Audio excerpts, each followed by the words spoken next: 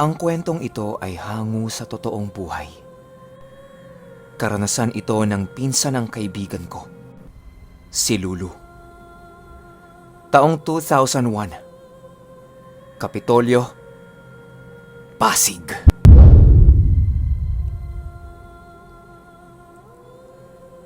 Itong mga panahong ito, nakatira si Lulu sa mga pinsan niya.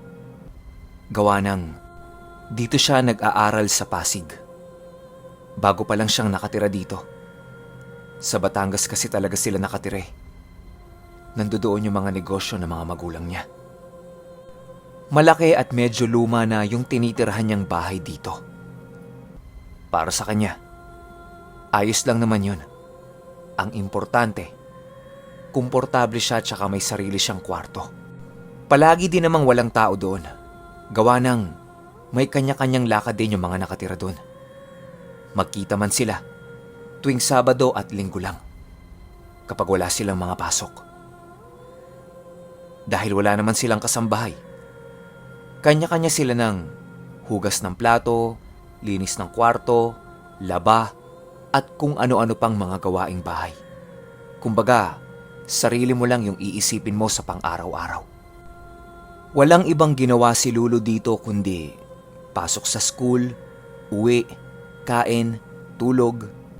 Halos ganyan lang araw-araw. Naiiba lang kapag Biyernes at Linggo. Tuwing Biyernes kasi, naglalaba siya para sa pang-isang linggo niyang damit. Tapos kapag Linggo naman, kundi sila nasa mall, sama-sama silang nagsisimba. Pero akala niya magiging maayos ang pagtira niya dito.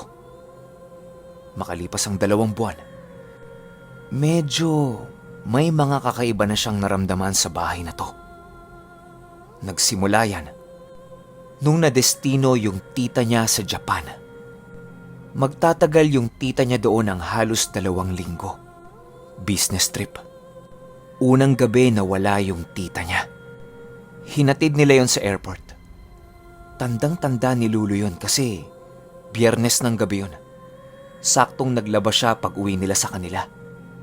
Samantalang yung mga pinsan niya, umakyat na sa mga kwarto nito at natulog. Yung tito naman niya, naiwan sa sala, umiinom habang nanonood ng TV. Yung labahan nila nun sa likod ng bahay, malawak yon gawa ng nandoon din yung mga sampayan nila. Tapos open siya. Meron lang parte na merong bubong sa bandang washing machine area nila. Pero yung kusutan, open yung taas nun, walang bubong. Nagmamadali na siyang maglaba kasi antok na siya eh. Hindi na niya binabad pa yung mga puti. Rekta kusot na. Ayaw niya kasi sa washing machine. Hindi kasi nalilinis ng maayos yung mga puti niyang damit.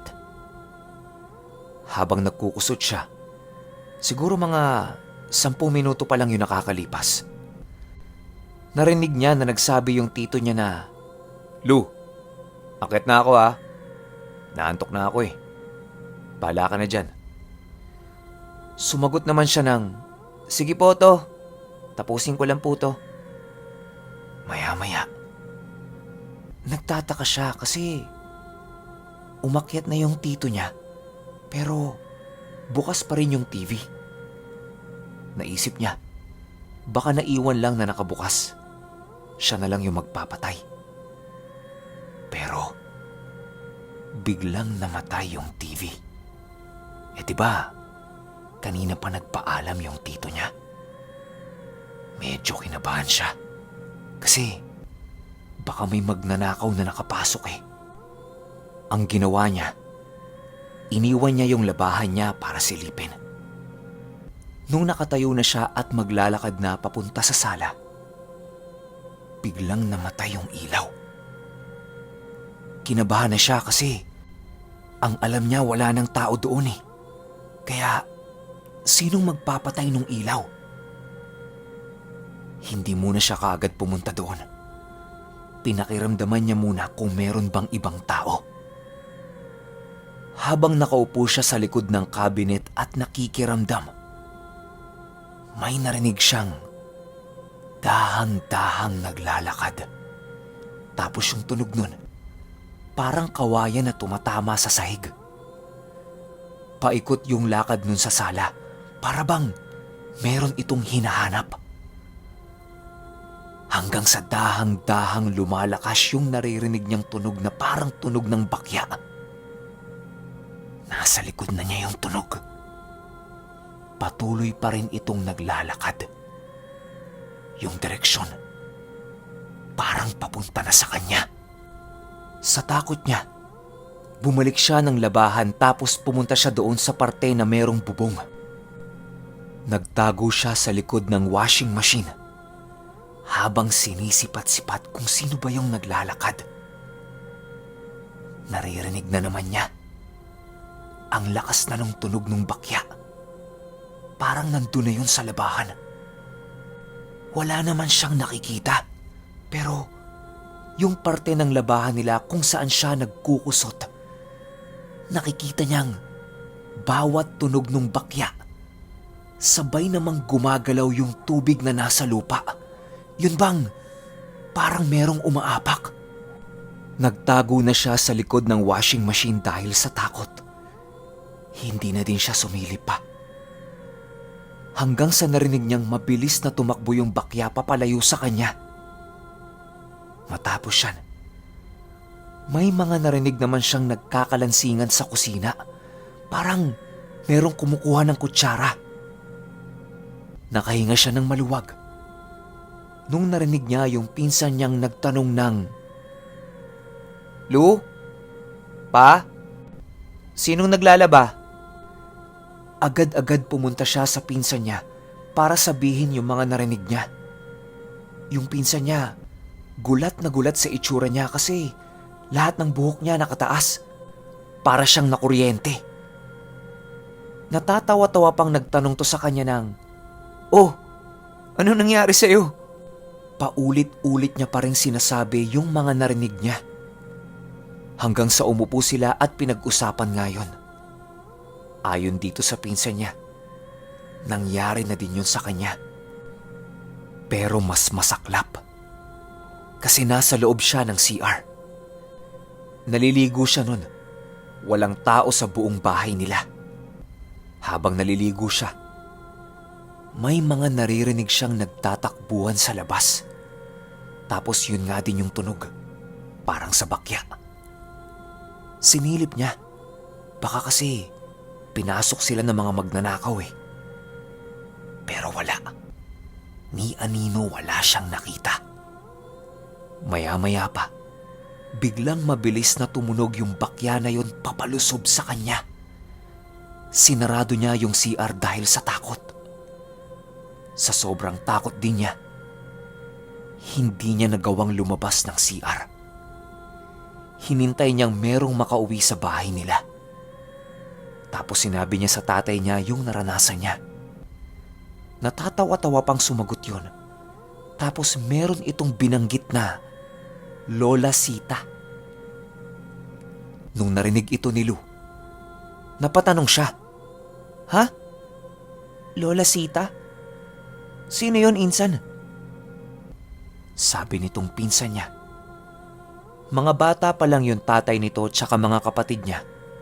Palagi na yung panakot sa kanila ng mga magulang nila kapag hindi sila natutulog sa tanghali.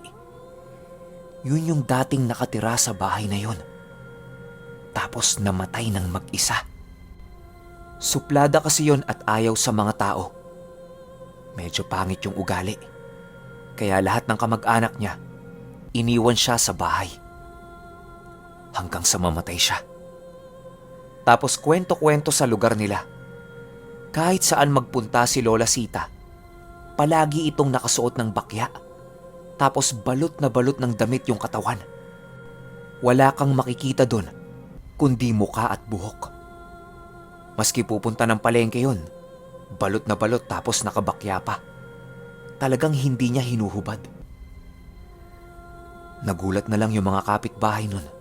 Kasi halos 3 linggo nang hindi lumalabas. Nireport nila sa barangay. Tapos nung pinasok yun ng mga otoridad, nakita nilang nakahiga lang yun sa gitna ng bahay niya. Tapos wala ng buhay. Napunta sa kapatid niya yung bahay matapos siyang mamatay. Wala kasi siyang asawa at saka anak. Tapos yung kapatid na pinag-iwanan niya, binenta naman sa kamag-anak nila. Kaya yung bahay na yon, napunta sa kanila. Matapos niyang marinig yung history nun, natakot na siya. Hindi na din siya naglalaban ng gabi kapag Biyernes. Tapos maaga na siyang pumapasok sa kwarto niya para matulog. Iniiwasan na din niyang uminom ng maraming tubig sa gabi para hindi na siya maihi. Hanggang isang gabi, ginising siya ng mga pinsan niya kasi susunduin na yung mama nila. Sinasama siya. Kakain kasi sa labas eh. Mga 10 or 11 p.m. na yon. Sabado ng gabi. Agad-agad bumangon siya. No choice naman eh. Wala siyang idadahilan. Walang pasok bukas tapos kailangan niya makisama sa pamilya nun. Habang nasa biyahe sila, natatawa-tawa yung tito niya na tinanong siya tungkol kay Lola Sita. Kung nagpaparamdam ba sa kanya. Sumagot siya ng, "Opo tito, nung unang gabing wala po si tita." Sa isip ni Lulu, "Takte, bakit pinaalala niya pa? Nakalimutan ko na yun eh." Buong gabing nasa isip ni Lulu, si Lola Sita. Nung masundo na nila yung tita niya, kumain muna sila. Tapos umuwi din kaagad. Pagod kasi yung tita niya eh. Ang masakit lang nito, napainom siya ng kape. Kasi lahat ng mag-anak nagkape after kumain. Nung nakauwi na sila, kanya-kanyang pasok na ulit ng kwarto. Mga bandang 2:30 a.m. na yon. Siya nasa baba pa rin habang nanonood ng TV. Hinihintay niya kasing maihi siya. Kaso, wala. Hindi siya maihi. Kaya umakyat na lang siya. Sobrang wrong timing ng pagkakataon na to para kay Lulu. Hindi siya makatulog-tulog. Tapos biglang tumunog yung alarm niya. Pagtingin niya, saktong 3 a.m. Tapos ihing-ihi na siya. Yun kasing relo niya na yun. Automatic na nag-a-alarm kapag 3 p.m. at 3 a.m. No choice siya. Kailangan niyang bumaba para umihi. Pero pinipigilan niya. Pinipilit talaga niyang matulog. Gusto niya bukas na lang siya umihi. Iipunin na lang niya. Hanggang umabot na siya sa puntong hindi na niya kaya. 3:15 a.m. yon. Tandang-tanda niya ba? Tumakbo siya ng mabilis sa baba para umihi. Habang umiihi siya, meron siyang narinig na talagang ayaw na niyang marinig. At yun nga, nakarinig siya ng tunog ng bakya na parang paikot-ikot na naman sa sala nila. Tapos tumatakbo-takbo pa yon sa labas ng CR. Ang inisip niya, magpapaumaga na lang siya sa loob nun. Hindi na siya lalabas. Pero doon sa bintana ng CR nila, merong liwanag doon ng konti. Makikita mo kung may tao sa labas. Pagtingin niya doon, may nakita siyang anino na nakasuot ng belo. Tinitigan niya kasi baka yung mga puno lang sa labas ng bahay nila. Pero bigla yung gumalaw. Parang tinutok pa nun yung mukha niya sa bintana para tingnan din siya sa loob. No choice na. Tumakbo siya papalabas ng CR habang gumagawa ng konting ingay para mawala yung atensyon niya sa nakita niya. Nung malapit na siya sa hagdanan, may naaninag siya sa dulo ng gate nila na matabang babaeng balot na balot ng puting damit. Kasunod nun, meron na namang tunog ng bakya na sumusunod sa kanya. Para siyang hinahabol. Ramdam na ramdam ni Lulu yung sobrang lamig sa katawan niya. Para ba itong tumagos? Nung nasa kwarto na siya, Hindi na siya natulog noon buong gabi. Hinintay na lang niya na magising yung mga tao. Tapos nagkwento siya tungkol sa naranasan niya kagabi. Mula nung mangyari yan, lumipat na lang si Lulu sa kamag-anak nilang taga Ortigas. Medyo malayo doon yung eskwela niya. Pero ayos lang, kesa naman gabi-gabi siyang natutulog ng may takot. Alam niyo ba na hanggang ngayon, hindi mawala-wala yung trauma ni Lulu kapag nakakarinig siya ng mga tunog na katulad ng sa bakya.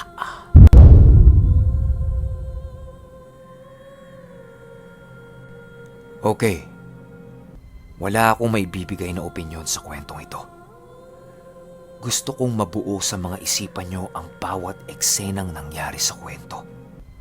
At saka, kung gusto nyong malaman kung bakit nagpaparamdam ang mga multo at kung ano ang ibig sabihin nun, mainam na mag-subscribe kayo sa channel ni Ang Nuno. Maipapaliwanag niya ang bawat detalye kung bakit sila nandyan at patuloy na nakikihalubilo kasama nating mga buhay. Yun lang. Hanggang sa susunod na kwento. Salamat.